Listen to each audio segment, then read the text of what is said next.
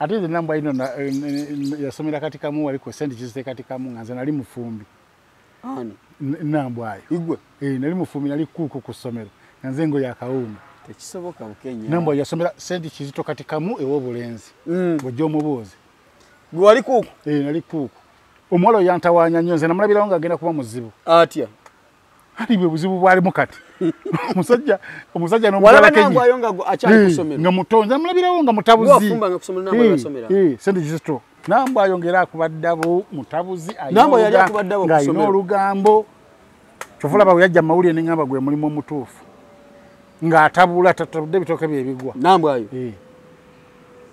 kati kino kiyakoze kino tunoonya history omutuufu gwe mutuufu nze omutuufu teri agenda bikubuulira bino mulala togenda bisanga wantu walala wonna gojjo oba ine namba essaazi nomukubire umubuuze ekigambo kimu wasomerako ku sende kizito buuze yawandiise kiwandiike nalongo gwe wabiwandiise manyisaga njala bukenya tumalewo empaka zino gwoli mu kumpakanya era mwetegefu okukola kye gavumenti ajja kukikola nalongo ono abadde abuuza wamme oli mwetegefu okakasa oli bw'atakola kiwagambye oli mwetegefu okuvaayo nze nagiwandiise era ndi mwetegefu okukola kye nagambye okukola kasitamaliriza lutalo lwange n'oyo omwana abawadde ennaku mmeka namugambye mpaka ku Mande ng'ogaba nnyingi at least till Mande bwetuuka nga tanaba kwetereza na mwana oyo naye oli musanyufu n'oli omugole okuyingira ennyumba eyo bw'oli musanyufu kati wagenda nambwa ayo okuyingira ennyumba yes ennyumba kati ebeera ey'abaana she azijje saalongoza ayinamu aziteera abaana tonda wange kazinga oyo ogenda mujja ennyumba toli wakugivaamu ale sinabbe agamba agala kukompasetinga oveemu nange nga mukompasetinga ng'agenda omwana alisigaasi mu nyumba y'omusajja kati amuwega hedi omugolo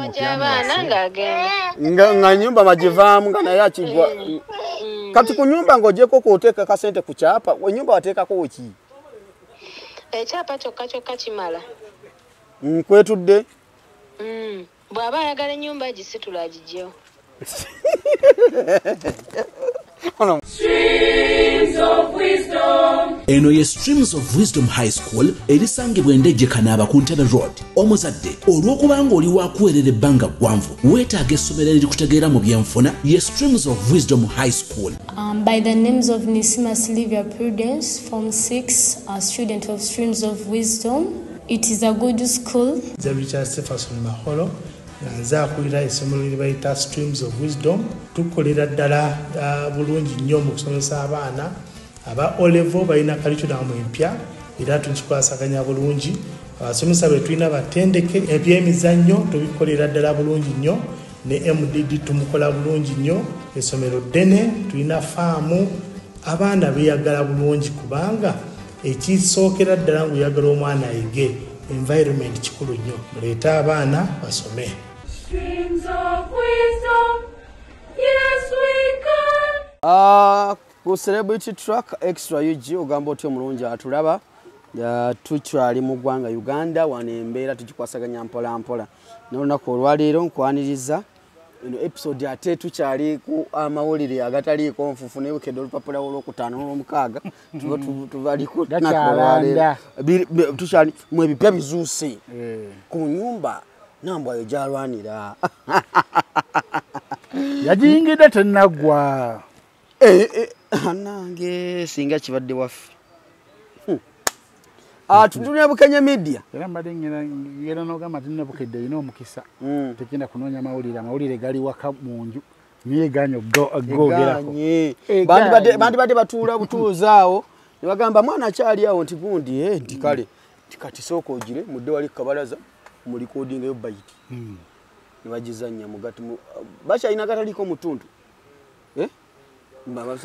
mugataliko mutuntu nebakuzayo bagenda agemu agabutikidde nebaleta kapati kati kusaawa 3 kati eberaga Eve kati embaga ya kusaawa 4 nebakuba enyumba jingidde mulimu emiti gete batete ndabakugwa aliko ya mabati wabula sona bene amugobye amfulumize nyumba kana ka police okumukiriza ebintu babiyingize ero nero gulire lya lunaku lulamba anti bagakwata mulundi gumu bagaona odikwata wali byokuyingiza ngaakyali bweru yogulire nero gulire police okutuuka just ngatena kumuga anti yingiza eryo gulire nti police badubyawo police ebyokwelina bya babadde bya bulijjo ne batuuka mu kifo kino eryo nali ogulire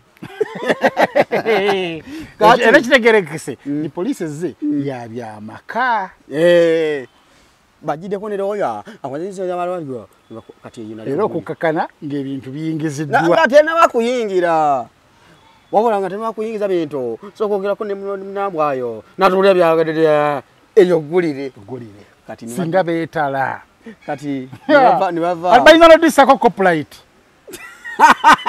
tetukulaba ku TV endala ati bangambako nti banyiza wali omuntu gwe bajjako story nomugamba ffe tulina okukolako ffekka yali bawazali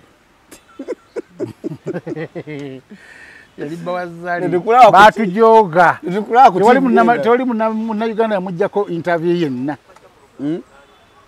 osegedde gundi yamuliko Seeguyanga yamuliko mbadde nirabidde nati ne mu lugambo lw'okumakya Seeguya akuleeta anti yakola bw'ati ne basayimo kakati nambwayo ono abadde ne Ssuuna okumala ebbanga myaka nga 6 kakati enyumba eyo n'ebyenyumba eyo kazije nabyo ekya nakuteeka ku TV nakuteeka ku bunkenke akolese ku pending yabeerawo ng'agamba ogenda okulaba enkeera nga ze n'omudaali gwe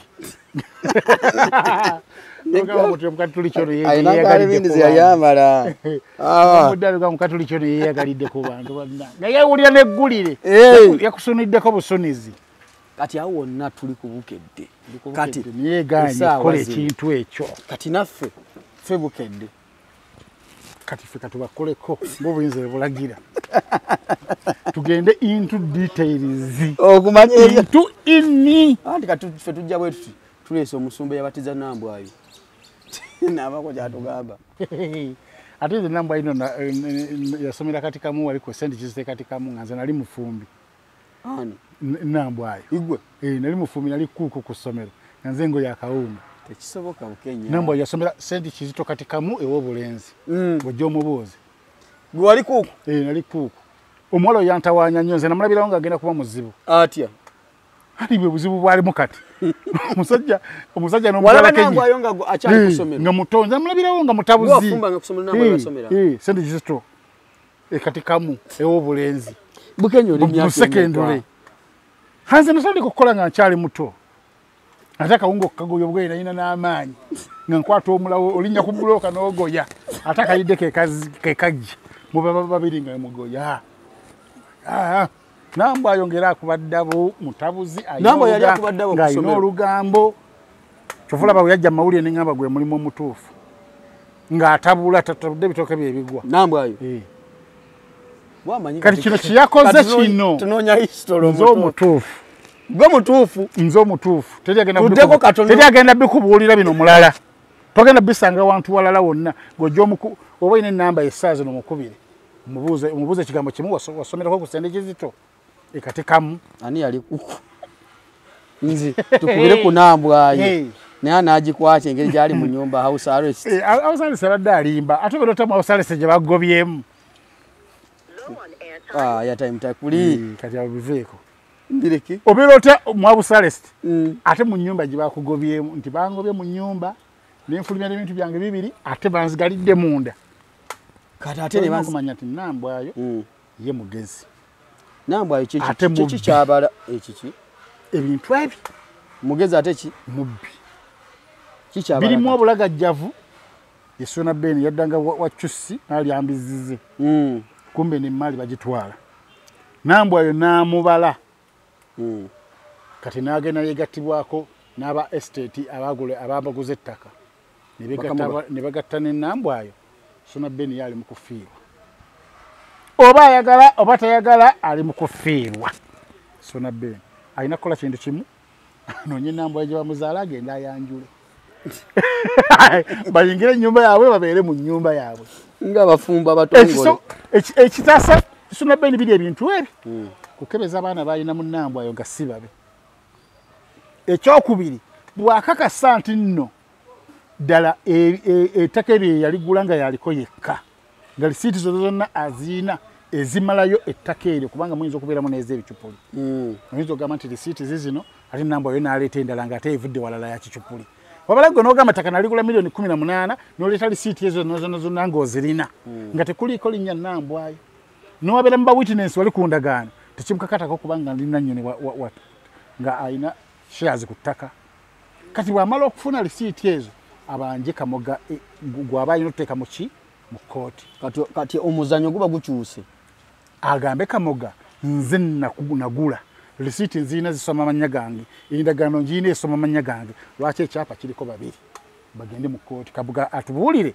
oba yafuuka ddi owa human right oba wa red cross ndi yalwanirira abakyala oba wa fida naye atunyonyole kati yafuuka wa fida nti nalya dembe ly'abakyala abazadde mu basajja abaagala okweddiza bokka ebyabugagga byabwe naye n'amuteekako ku kyapa tekisobola okutaasa Sona Ben naye waabanga byempulira nti nno yawanga nambwayo ssente nambwa yagenda asasule anoonye bazadde bannambwayo gye bali ayanjule ono gwabadde agenda okwanjula nakola ku reception n'omunene nnyo omutegedde mwavu yamugambye nti ogira olindako ate naye nyininyini yajja omugamba nti togira tulindako yali amusuubiza agenda mu nnyumba ali nambwa she has occupied already inside anti baba kwano plaster nga basembe nga asenga ali nambwa yo mugezi yagenze okulaba nga ebibula ku nnyumba bitidi nga naye nyininyini waba wekutte ku taati osobola bimaliriza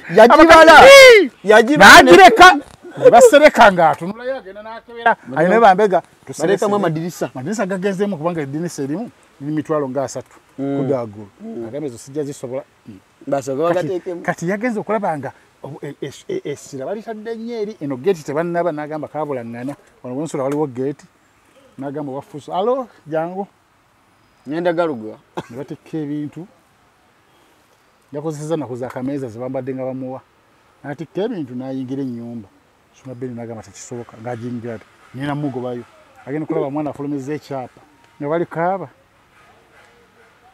nambwayo Mary ne Sona Ben nambwayo si mubbi sigamba nti nno nti ekyapa yakyeddiza nti kiki wabula kyagamba kyange ne Sona era buli waba ayogera agamba nti abaana baffe omwami wange mu nnyumba yaffe tanabagambako nti ennyumba yiye okalegedde bulungi ako nemwana obuya yasobola okubba abaana baffe omwami wange mu nju yaffe era yagamba oyo mwami wange ajje naye yamanyi oba afuna abakazi abalala sinza mugerera kubanga waliyo ne Naalongo afulumiza leero ekiwandiiko agambye Sona Ben mwetereze muve mu mawulire otetereza nange nzija okwogera ebisingawo Naalongo omuntu wange kinda ku Jose de blog ekiwandiiko gyekiri nze nawadde Jose de blog ne mugamba leka musoke mbe ng'akanga mwano Naalongo ogamba otya nigwa talina data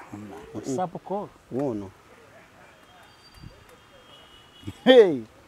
Naalongo agambye ajja ne buli Naalongo leka mu loudspeaker esimu njagala eyitemu buno Naalongo wani Naalongo wa Sona Ben emeroda Naalongo ekiwandiiko ajja kubya ebinyanyanyanya yine yise emyaka 5 kujja kumala gabba kinyumba mani yane emmi Naalongo esimu nga tokwata esoko mugambe nti ali ku njagala mugambe tomugeze ebyomunda njagala Naalongo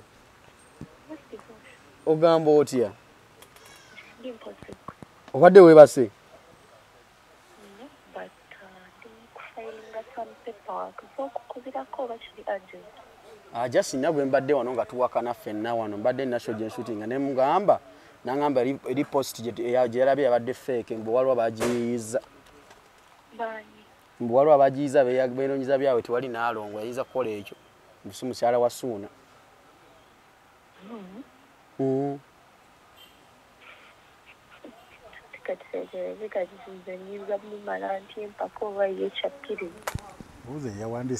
Naalongo gwe wabiwandiise manyisa njala Bukenya tumalewo empaka zino gw'oli mu kumpakanya. Era mwetegefu okukola kyeyagamba nti ajja kukikola. Naalongo ono abadde abuuza mbu wamma oli mwetegefu okakasa oli bw'atakola kyewagambye oli mwetegefu okuvaayo. Nze nagiwandiise era ndi mwetegefu okukola kye nagambye okukola kasitamaliriza lutalo lwange n'oyo omwana. Abawadde ennaku mmeka? Namugambye mpaka ku Monday. Ng'ogaba nnyingi. At least till Monday. Monday bwetuuka nga tanaba kwetereza na mwana oyo. Oli musanyufu n'oli omugole okuyingira ennyumba eyo. Bw'oli musanyufu kati wagenda nambwayo okuyingira ennyumba? Yes, ennyumba kati ebeera ey'abaana. She azijje Ssaalongo z'ayinamu aziteera abaana. Tonda wange kazinga oyo ogenda mujja. Bonna kubanga abannambwayo si balina bokka nange nnina abaana mulimu n'abalala abalina abaana. Ababoyi abategekera. Ababoyi abategekera.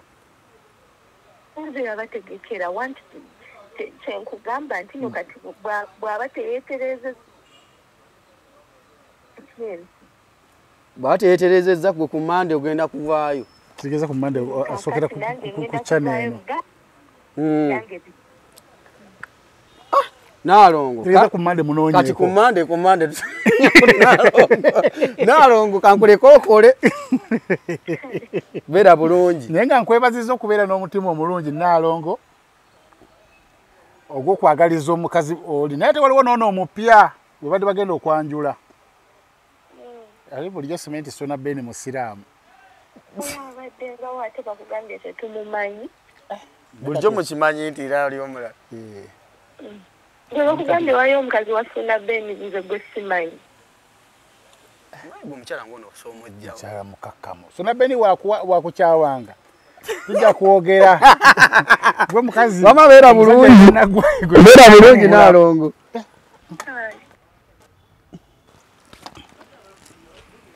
Okategedde omukazi w'amaanyi mulungi. Munyanko. Anti kati omukazi ono ye mugezi. Olwedde Sona Ben alina abaana oba omwana munnambwayi. Ekyapa bakiriko bameka? Babiri. Sona Ben okuleka ng'aloze mukazi n'agwa ddalu takyasobola tutwala waawo. Niwaba afa kati niwagenda ku musawo nga omusawo bw'omugamba nti emmoloka sagale male olunaku bagigule tasobola tutunda waawo ng'oyo tataddeeko mukono. Tasobola kamusinziza amagezi nambwa yasinziza Sona Ben amagezi amuyina mu ttaana. Tobola ebigambo bye bitono n'ogenda ku interview addamu yeebadala.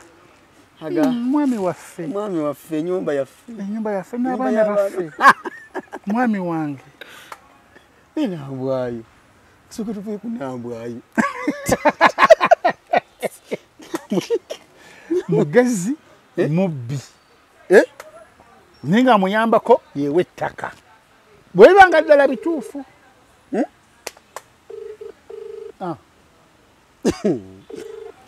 Kati nze wale emboozi zenkola nga ndaba bati bonna bakyali bange. Mary ogamba otya? Oli ku mansion yo? Togivaako. Ennyumba toli wa kugivaamu. Ale Sona Ben agamba agala kukompasetinga oveemu. Nange nga mukompasetinga ng'agenda. Omwana alisigira mu nyumba y'omusajja. Kati amuwega hedi omugolo mupyamu nga nyumba magivaamu nga naye akigwa. Kati ku nyumba ng'ogyeko kwoteeka kasente ku kyapa enyumba wateekako ki? Ekyapa kyokka kimala. Nkwetudde? bw'aba ayagala ennyumba gisitula agijjewo. Ono mwana ali serious. Mwana ali serious agenda kufaafagana n'omuntu. Nambwayo. Abadde omanyi siri. Kale bulijjo tukulaba bulabi nga tumanyi nti oli serious nnyo bw'otyo. Basinga obulogo takuloge. Abadde omanyi siri. Twedda twoke. Mbeera bulungi bye. Agenda kuddamu akulu. Suuna yagambye. Y'omu ku basinga obulogo. Tankubira nga nkola. Suuna yagambye y'omu ku basinga obulogo. Mani yalo mumbuulize takuloge totidde. Suuna jasa tiisa si mulogo. N'enamba yina tatudde gwe okutwala kalina y'omuntu emalawo miliyoni 2. Suuna kalina etwala miliyoni 2. Akubye ebinyanyanyanya emyaka egi. Ebbanga lyembadde ne Suuna. Jasi bamuwayiriza buwayiriza. Akubye ebinyanyanyanya emyaka egi. Ng'azimba kalina. Nambwayi abadde gakikakuba mpanga. Nti enkoko ekula n'ebiika n'emaamira n'etandika okukuza obwana kikakuba mpanga kiva eri ekikwakkula mulundi gumu. Kati ye Nambwayo omusajja akubye ebinyanyanyanya emyaka 5 plus. Teri kuzikira. Neyerekereza emmotoka ennungi, neyerekereza okulya obulungi, agenda wakyusi n'ali embizi yabwereere n'agamba kanzimbe kalina. Nambwayo nayogako ne Nalongo n'angamba. Ate okumanya agonze. Nayogako ne Nalongo n'angamba. Suuna yerekereza buli kimu, asula bweru, akoze buli kimu ng'ayagala kulabika nti abeerako atuukiza ekirooto kye ky'okuzimba ennyumba kalina. Nalongo mbadde njogera naye wano. Usegedde. Munjogerera agenda gisulanga mu mulundi gumu mu mwezi. Ate etya. Kati awuli atakyagala yo mukazi aje mututteko kati ajjayo buzigama muno yenze embeerawo naye nga laavu tewakyali. Laavu tewakyali bamusinzizza amagezi. Mwana agamba. Abadde agala teekamu lyekaze omugologofu ayina ebbina likomeeri. Kati kwetwogera Nambwayo yaliwo. Agambe. Angambe bw'aba ayagalawo. Bw'aba ayagala nyumba. Ajja gisitulewo. Ku ttaka lye. Nagambe nti akawala ako kagezi jjukira kabadde mu mawulire. Kategeera kye amawulire. Owulira ebigambo byaddamu. Pointi njereere. Agambe zenateeka ku kyapa kyokka zokka zimala. Seetagateeka ku nyumba. Kati awo endowooza yaffe weegendera ewa nannyini kyapa, ewa nannyini ttaka eyaguza bano ettaka. Nti wekibanga ddala tunakizuula nga ddala Nambwayo abadde talina lisiiti. Ani yalamuzaawo kyekisooka? Nambwayo yaleeta ekirowoozo. Bagamba nti mukyala wa Kamoga. Mukwano gwa Nambwayo. Kati Betty n'ayingirawo nga advisor. Namukwayo. Naye bannange. Ye supreme advisor. Betty Namukwayo. Ye yabala omuzannyo. N'olwana olwo Betty bannange. Oyitegedde yagubala yekka ya calculation. Kati wetuva ku kino tudda ku kino. Bw'ova ku kino nate tenda bakuggwa yingira. Betty yasooka okutukwatira vidiyo ezo. Ng'akwata Nambwayo amuwuliza eno bw'ati ebbali. Betty n'azita. Ndozera era nibenjagala bituufu nnyina information. Bw'olina bwino. Yabala calculation. Kati tugenda kukola bwe tutyo. Olumala ekyapa kino kola bw'oti genda okimaleyo wasigala emmeka genda sasule okimaleyo. Otuva kwero ennyumba bw'eba etuuse wano yingira. Bw'omala okuyingira ngenda kukwataka vidiyo katambule olaga ekyapa toddamu kwogera. Nambwayo yagambye nze kasana yingidde mu nju n'enzigi nazitaddemu wampuliddeko nga njogera ki. Betty alina script. Script yagiwandiika era yakwata vidiyo yasooka mugezi yagikwata bweti ngeri nga firimu. Era wenjogerera bali successful.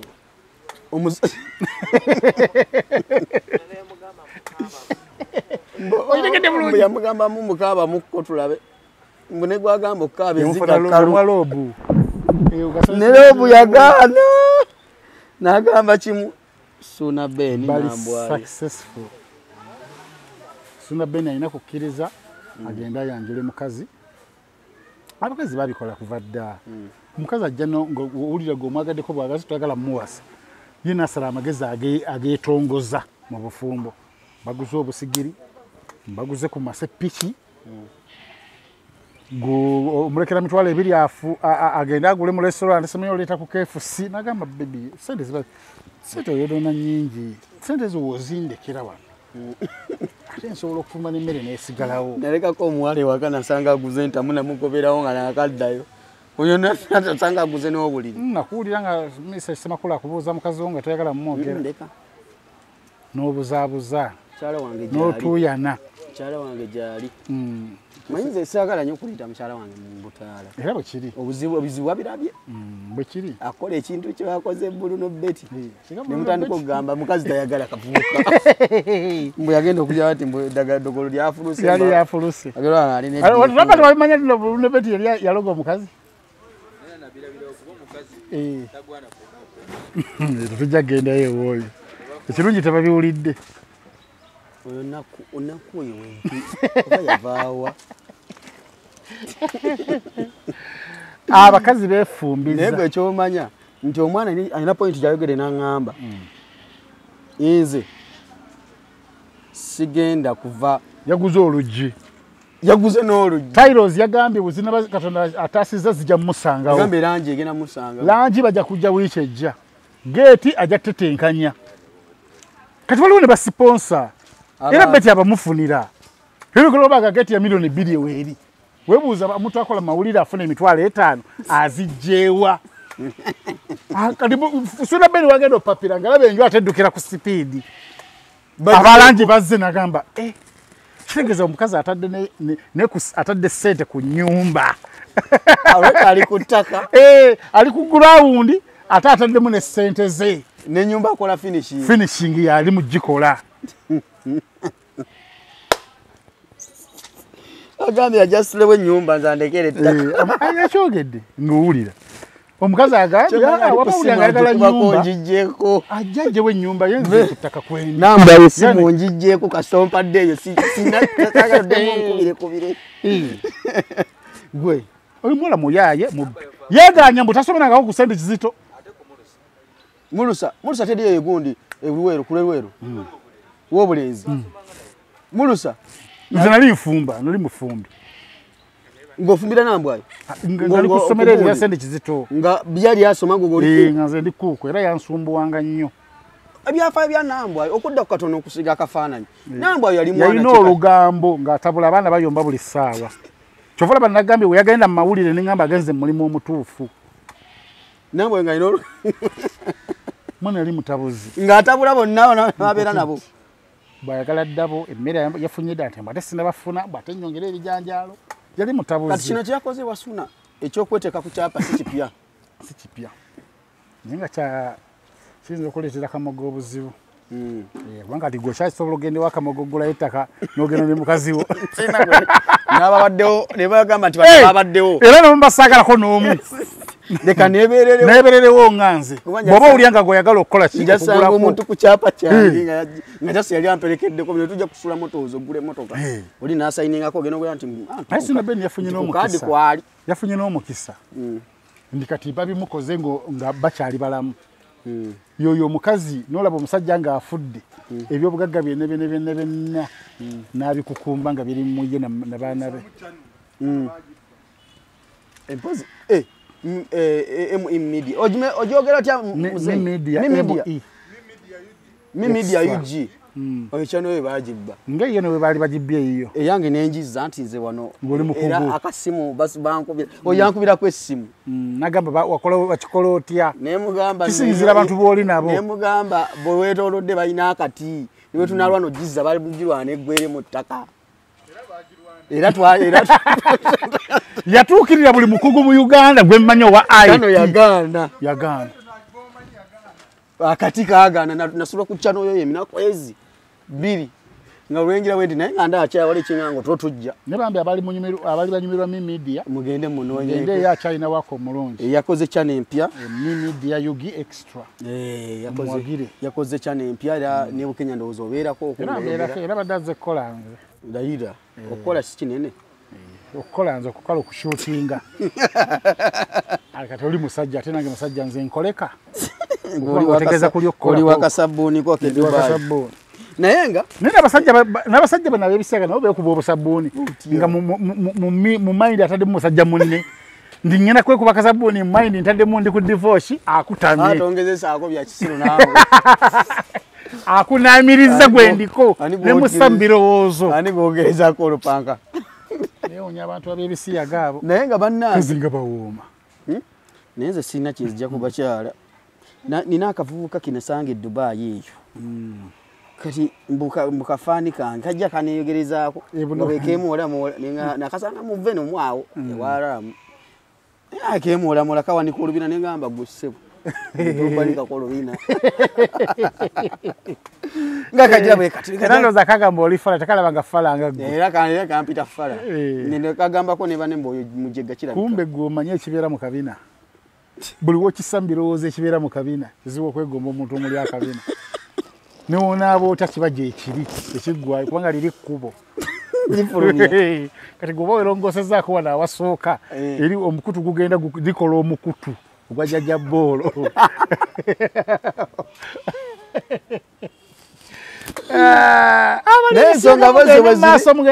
Tubadde ku muko ogwokubiri ogwa obukedde w'olunaku olw'enkya. Banyonyole we tukoledde programu eno. Tuli ku Sula Motors we tusinzidde ayagala emotoka ennungi eya okutambuzeeko obulungi nnyo business ez'enjawulo. Motoka fuli wano tutunda motoka gye bayita buy and drive.